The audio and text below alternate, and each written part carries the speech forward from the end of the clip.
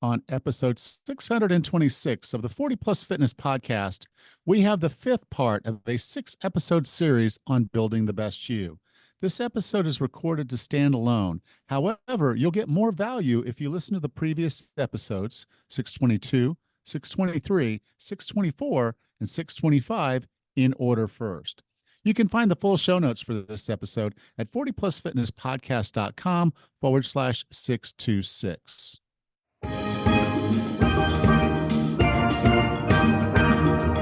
Have you decided you're ready to make a change?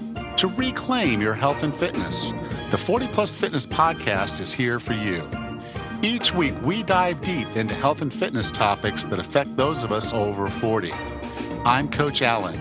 I'm an NASM certified personal trainer with specializations in corrective exercise, behavior change, performance enhancement, and fitness nutrition. A Precision Nutrition Level 1 coach, a FAI certified functional age-linked specialist, and an OTA Level 2 online trainer. Each week, I'm joined by our co-host, Coach Rachel.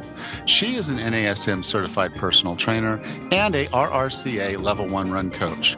Let us be your coaches as you find your way on your health and fitness journey. All right, let's go.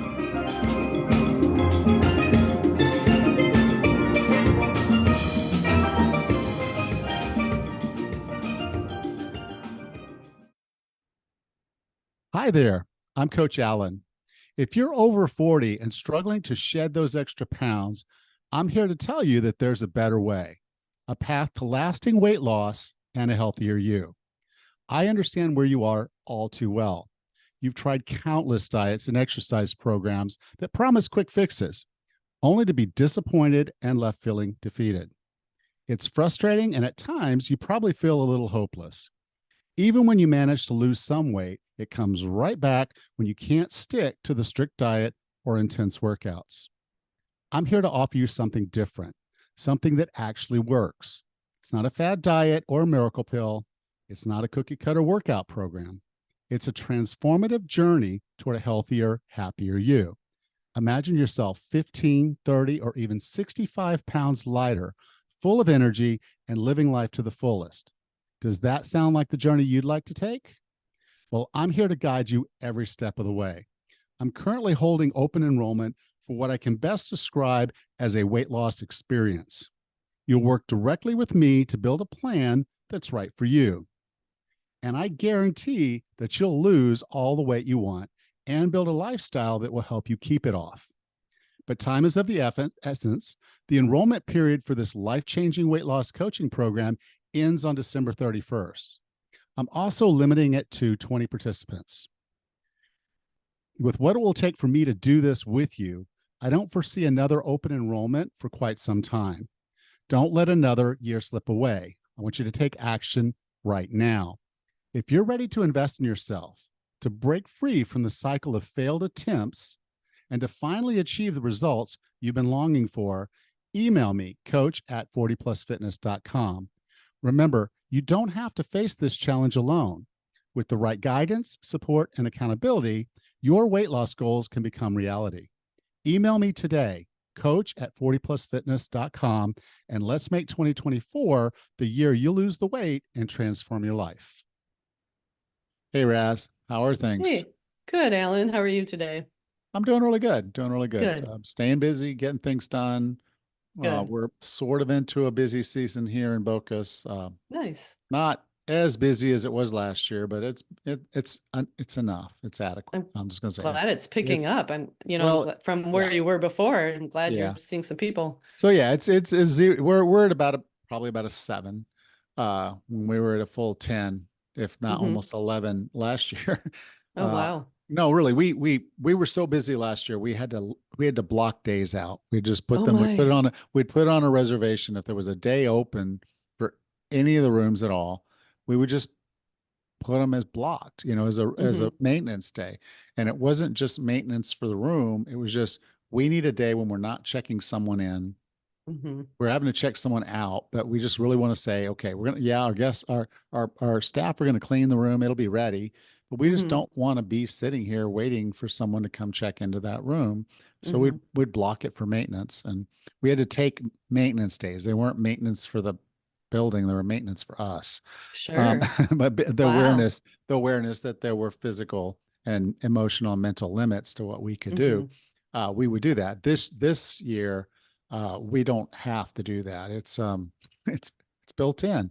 Uh, Nice. so we are, but we are, I'm taking time for myself. I'm doing the things that I need to do. And so Good. it's good. The pacing this year is much easier. I'd like it to be a little busier, but Hmm.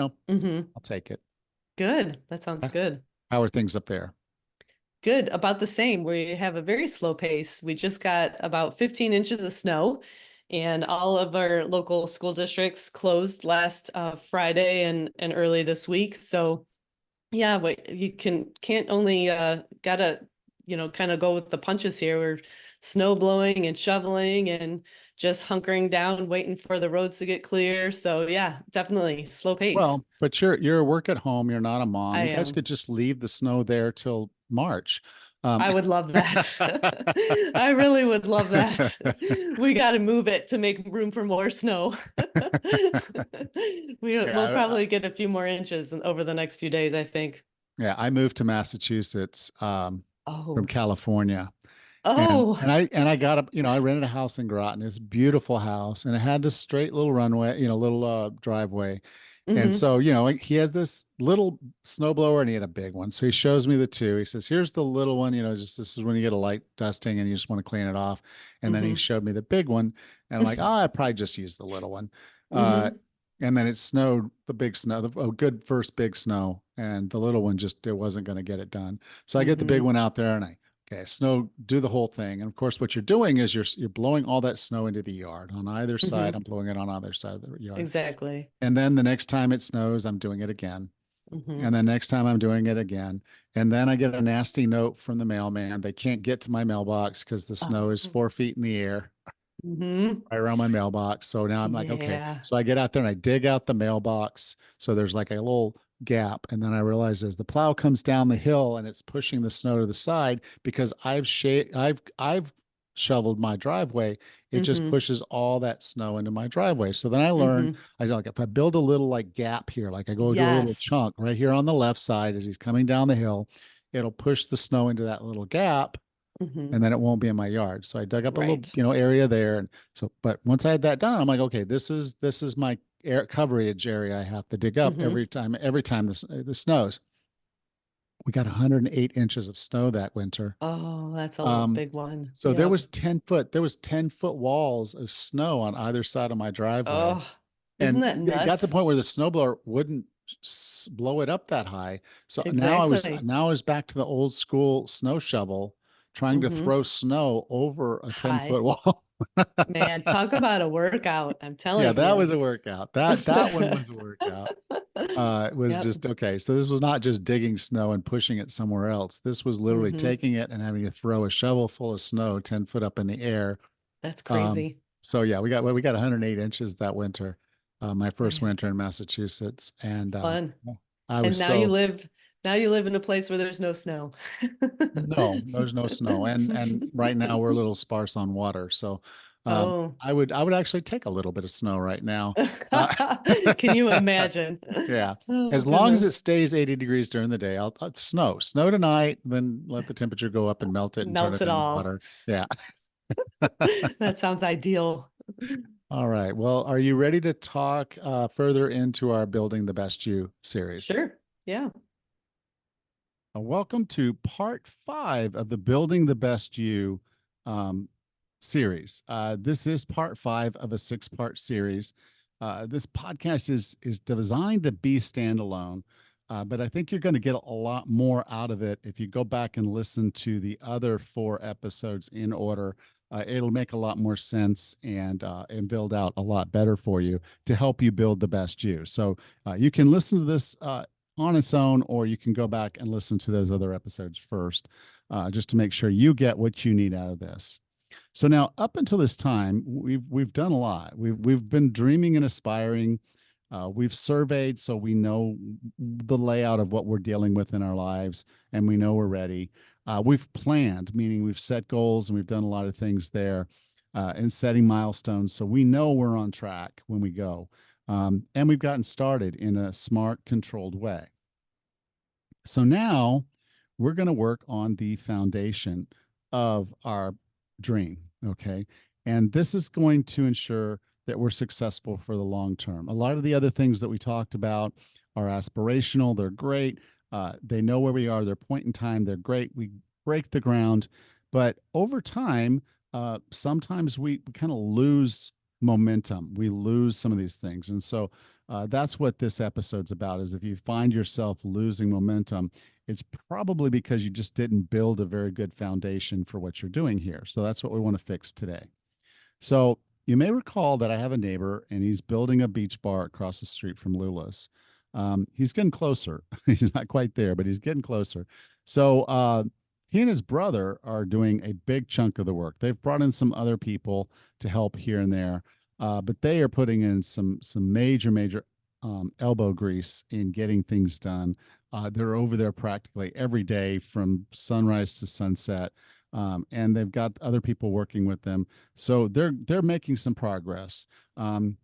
And they'll take a little bit of time here and there off, but for the most part they're not like before where they would come in for a few days and then disappear for 6 months. They've been consistently focused on building this thing now for a few months, and it's starting to show. Now the same thing applies when you're trying to build the best you. Instead of procrastinating or just quitting, you need to have that foundation. You need to have that go. In For most people, we call that motivation, and we need that motivation to keep going, to get started and keep going. And obviously, my neighbors do have that now. They're motivated. They really want to get this done, and I'm pretty excited for them to be able to open it in probably a few weeks. They're close. Anyway, I've said this before, and I'll keep saying this, but most people get motivation wrong. We know motivation is the foundation, because we'll say it. Well, I just wasn't motivated. My willpower was weak. I just didn't have it. And we know that's something, but most people are hoping that it shows up. They're hoping it sticks around. So it's like, well, I was going to do this thing, but I just wasn't motivated. The motivation wasn't there. Well, that's like building your house on sand, on loose sand. If you don't have a solid foundation, your building's going to crumble. So you're building on this loose sand. What we need to do is make sure that we have a very solid foundation, which means we have a very solid set of motivation in our lives. And motivation comes from doing. It isn't something that you just get. It isn't something that just magically shows up. We always have to do something first to get motivation. So, to help with this discussion, if you're sitting around and you can do this, then please do. If you're driving or you're out working out or whatever, you may not be able to do this. But if you'll go to 40plusfitness.com/map, it's going to pull up the 40 Plus Fitness motivation map. Okay, that's 40plusfitness.com/map. When you pull this up, it's going to kind of give you something you can walk through here. But I'm going to try to describe it as best I can so you don't necessarily have to have this in front of you. So to visualize the motivation map, I want you to think about 4 quadrants. So basically a square with 4 quadrants. So there's a up and down line in the middle, and there's a side to side line in the middle to make up 4 pieces. Now on the left column, up and down, is extrinsic, which means external motivation. Okay. And the right column is intrinsic, which means internal. So we have on the left, we have an extrinsic motivation column, and on the right, we have an intrinsic motivation column. Okay. Now the 2 rows, the top row is for leader and the bottom row is for social. So kind of keep that in your mind.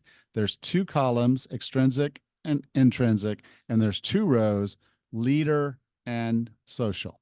Okay.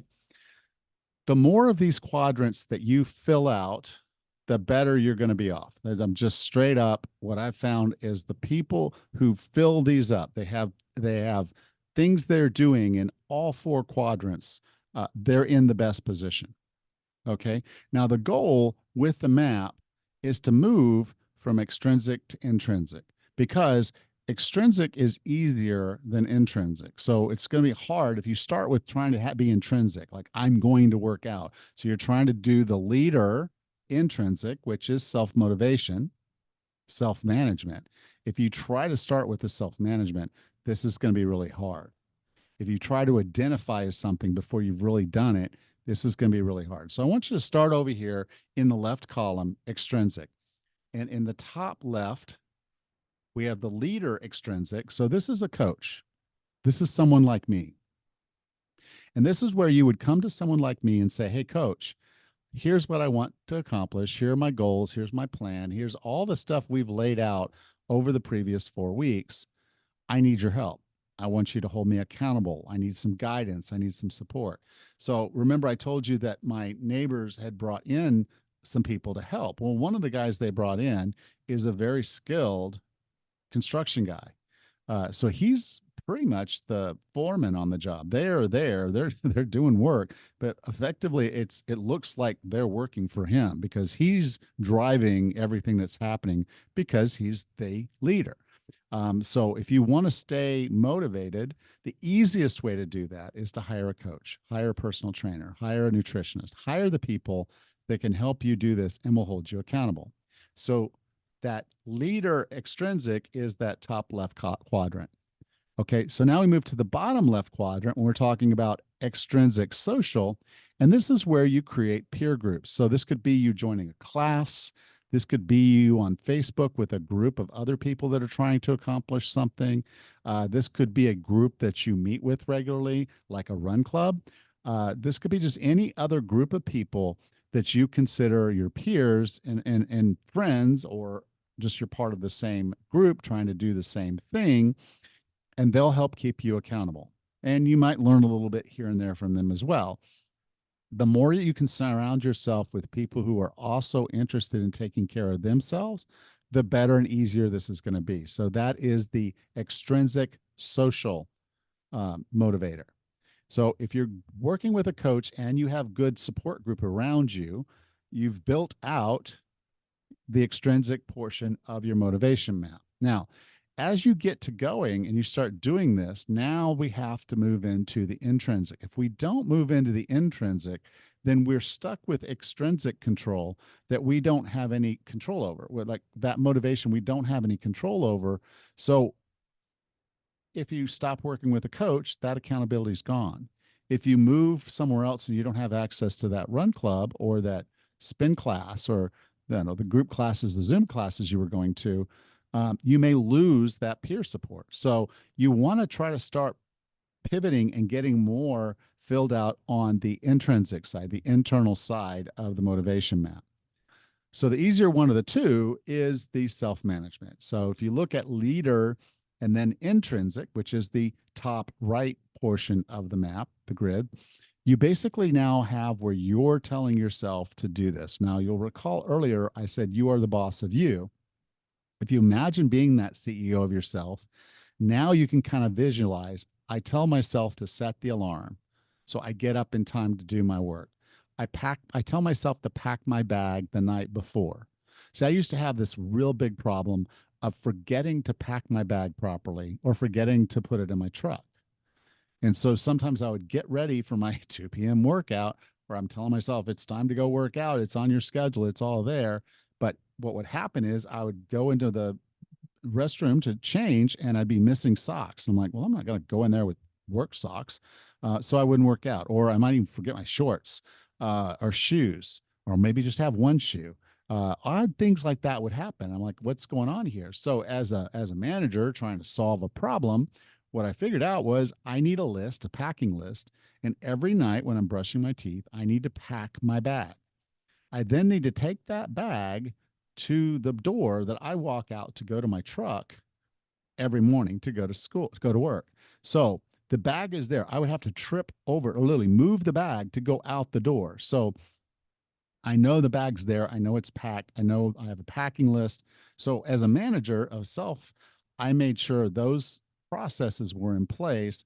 And when I was consistently doing those activities, which were easy, I ended up at work the next day at 2 o'clock with a fully packed bag ready to go. So again, intrinsic self-management is the leader intrinsic aspect of all of this.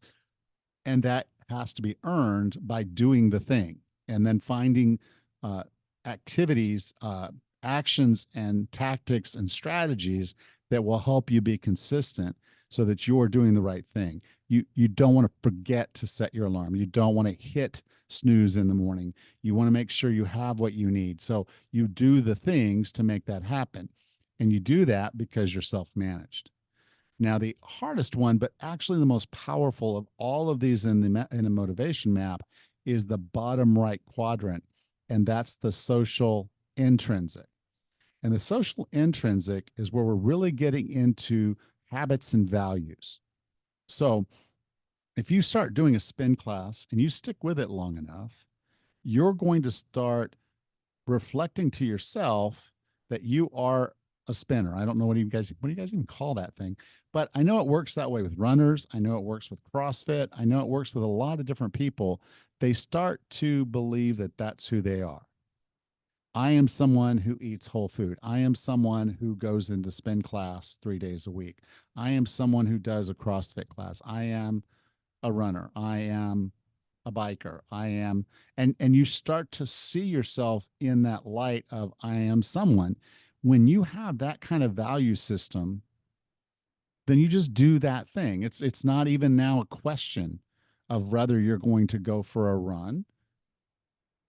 It's just what's on the training plan. And it was on a schedule, so what time am I doing it? But you're just doing it because that's who you are. You now reflate and reflect to yourself as a series of values that that's who you are.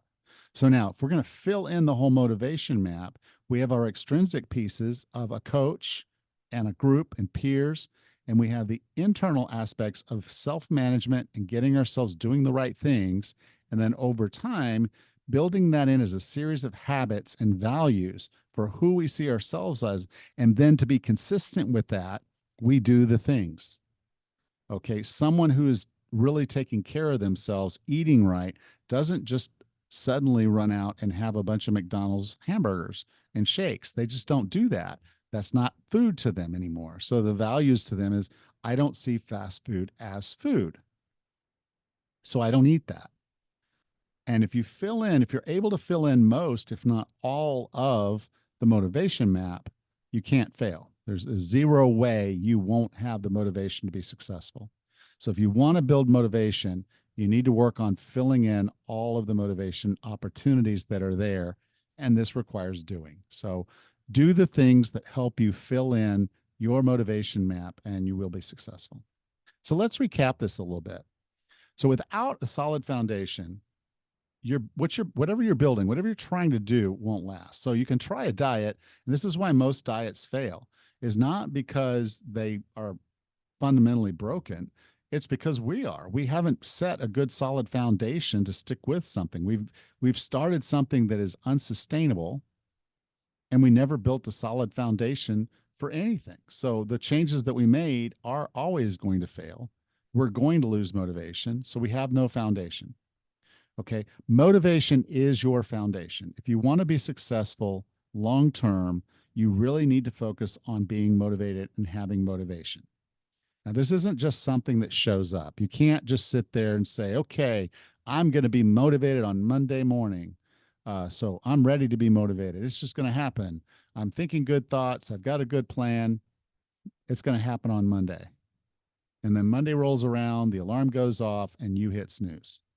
Why? Because you didn't do anything to really build motivation. So if you want a good motivation, a good foundation, you got to do a little bit of work, and you got to do it in the right way. So I'm going to work backwards through the motivation map. So we start with intrinsic motivation, and intrinsic motivation almost always falls back on self-efficacy. So we're going to have that social aspect of who we are. We are someone who does something. That's our values and our habits. As far as being intrinsic leader motivation, with self-management, we are our own boss. We put forward a directive and we get things done. If something's not working, we work through it and we find the right tactics and strategies to make it work. On the extrinsic side, the external side, which is a little easier, um, this is where we're dealing predominantly with accountability. You heard that word before, but accountability can be brought by a lot of different things. Now, I'll start with the social, because we can join groups, we can do things that are group related, we can have a series of peers that are trying to do the same thing as us. If you're hanging out with people who don't want to do the same thing as you, you're going to struggle. So finding people that do the things you do, people that you can relate to, that will keep you thinking and making you want to stick with it, that extrinsic social motivation will keep you moving.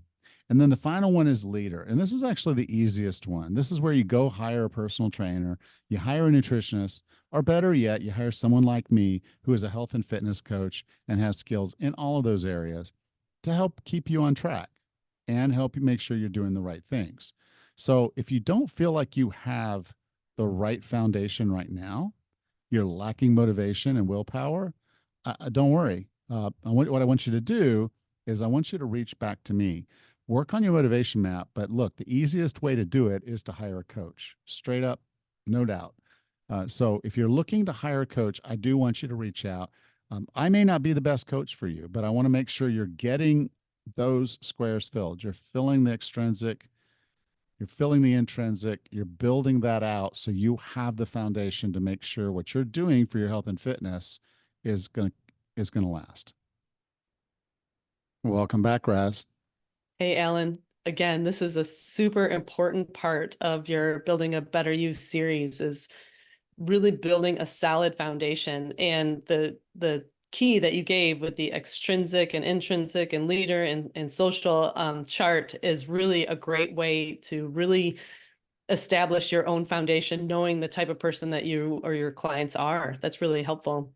Yeah, and you can go to 40plusfitness.com/map if you want to get that again. It's not a sign up page. I'm not asking you for anything. It's just a way for you to download this image. And it does help you kind of look through and kind of decide, well, where am I with all of this? And if you don't have much motivation, if motivation's been a problem for you, then start on that extrinsic side. It's the easiest way to get started. It's as simple as hiring a coach, joining a fitness group of some sort or another. But the whole point being is, yes, you can join a Facebook group. Cool, done. You're in. And But that might then not what? change anything. Okay. Right. You got to interact. You got to be a part of it. And so the way I like to think about that is this. Okay. And I read, there was a book and they were talking about this, and they didn't go this direction, but this is of course my own direction, was they used the words, they talked about intention and information. And so you could have the best of intentions and you could have all of the information in the world. Dr. Google will tell you anything you ask it. True. And now that we have the devices, the, Alexa, the Google and the Siri, literally all you have to do is ask a question, and most of the time it'll point you to information. But you have to do something. This is not about knowing what to do. It's not about wanting to do what you know what to do. It's about doing what you know you want to do. Absolutely. Okay, so take the intention, take the information. That's great. But you have to have the motivation. And the easiest way to get the motivation is to start with a coach or start with a group or both. Yeah. And then once you have that platform and you're doing the thing, now self-management can kick in because you see the value and you start doing it and you want to keep doing it. So you make it happen. You become the boss of yourself. And then finally, it's like there's just a point where you just are that person. It's Right. your identity. It's how you value yourself. And so it's moms do mom stuff. They feed their children. They feed and clothe their children. They don't forget. They don't No. decide that, okay, well, it's a Tuesday and I just really don't feel like feeding my children today. No, you're a mom. You feed your children. You do. And so that's the whole point is motivation comes from those different things. And you felt it in different areas of your life where you just did something, whether you wanted to or not, because you told yourself you would. Yeah. Self-management. Or you did something you wanted to do or not do because it was a Mhm. part of your values of who you were as a person. It was who you were, your identity. So Mhm. you want to be in the intrinsic as much as possible. But for Mhm. most of us in the health and fitness space where we are today in our 40s, 50s, and 60s, we're just not there right now. Right. And we have to Mhm. get there. The way you get there, doing. So Right. hire a coach, join a group, Mhm. get started, get moving. The the rest of it will come because you'll be, I want to be there for the group. I set my alarm, I'm there. I put it on my Right. calendar, I'm there. Self-management. And then over time, it's like, okay, I don't know what spin class people call themselves, but you know that you go to the spin class. That's where your friends are, that's where the coach is. And it's like, okay, I'm doing a spin class. This is what I do. My Monday Mhm. mornings or Tuesday mornings are spin class, and you just show up. You don't, it's like automatic. You don't, you wake up Mhm. in the morning, you roll out of bed, you put on the types of clothes that you need for that spin class, and you're out the door. Um, Absolutely. you don't even, there's not a second thought that you would do something different that morning and that Mhm. you would forget your spin class. And if the class should change dates or times or whatever, you can eventually feel the need to go on your own. You can participate with the class or go to the gym and spin on your own. You know, Alan, I've seen this a few times in my run clubs.